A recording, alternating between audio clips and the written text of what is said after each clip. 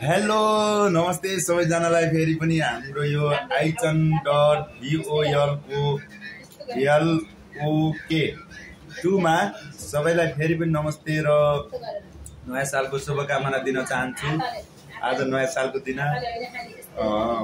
हामी अघि पार्ट 1 मा हामीले जो भिडियो बनाएका थियौं होटलको बारेमा यहाँ पर्वत नगरको, त्यो हामी फेरि अब भित्र क्याम्पस चोकमा अनि हामी त भित्र बसेर फेरि हामीले मोमो खाएर यति मिठो छ। फेरि देवचुली होटल देखिसक्नु भएको एक प्लेट हामीले बाबुले नि एक प्लेट खाएर अनि त्यहाँ खाइसक्नु भयो उहाँ सरले पनि र हामीले चाहिँ अझै एक प्लेट खानी भनेर चाहिँ अनि त्यहाँ फेरि हामीले उ गरेका छौँ। साह्रै मिठो छ, यहाँ भिजिट गरिदिनु होला हैन। हजुरहरूले अर्डर गर्नुभयो र फेरि हामी यति घण्टा पछि आउँछौँ भने पनि हजुरहरूले आफ्नो तरिकाले गर्नु होला है। त्यहाँ नम्बर पनि डेलिभरी पनि हुन्छ अरे दिदी, यहाँबाट डेलिभरी पनि हुन्छ के रे अन्त सीमित एरियामा डेलिभरी हुन्छ है। अब 2-3 प्लेटसम्म यताउता भइदियो। राम्रो रहेछ, एकदम मिठो छ। हाम्रो सबै फ्यामिलीहरू, यो मेरो श्रीमती, मेरो कान्छो बाबु र म आएर हामी यहाँ बसेका छौँ। यति टेस्टी चटनी पनि यस्तो मजाले के यसरी अझै क्या यति मिठो छ। आहा हेर्न सक्नुहुन्छ, मेरो मुखबाट पनि तपाईँहरू खान मन लाग्यो होला र भिजिट चाहिँ अवश्य गरिदिनु होला। एकदम राम्रो मस्त मिठो स्वास्थ्य। फोन नम्बर पनि अब त्यो पार्ट 1 मा छ, पार्ट 2 मा पनि फेरि मैले थम्बनेलमा हाल्नेछु। हजुर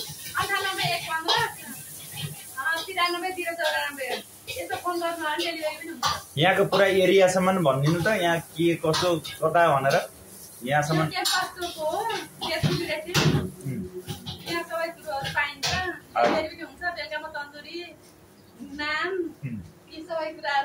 जो बाहिर देखाएको थिएँ पार्ट 1 मा त्यो सबै कुराहरू यहाँ पाइन्छ अरे, पाइन्छ। हामी पनि एकदम मैले पनि पहिला खाएको थिएँ अनि त्यहाँबाट फेरि फ्यामिलीले कहाँ जान्छ मिठो छ भन्दाखेरि यो होटलमा राम्रो छ भनेर हामी घुमघामको कार्यक्रममा आउँदाखेरि नयाँ सालको दिन तपाईँहरूले पनि फेरि आइसक्यो। यहाँ मोमो हेर्न सक्नुहुन्छ। ओहो चटनी पनि साह्रै मिठो छ, हेर्न सक्नुहुन्छ सबै कुराहरू। यति मिठो अझै लाग्छ कि एक प्लेट अझै खाम भनेर, यति मिठो छ। भिजिट गर्नु होला।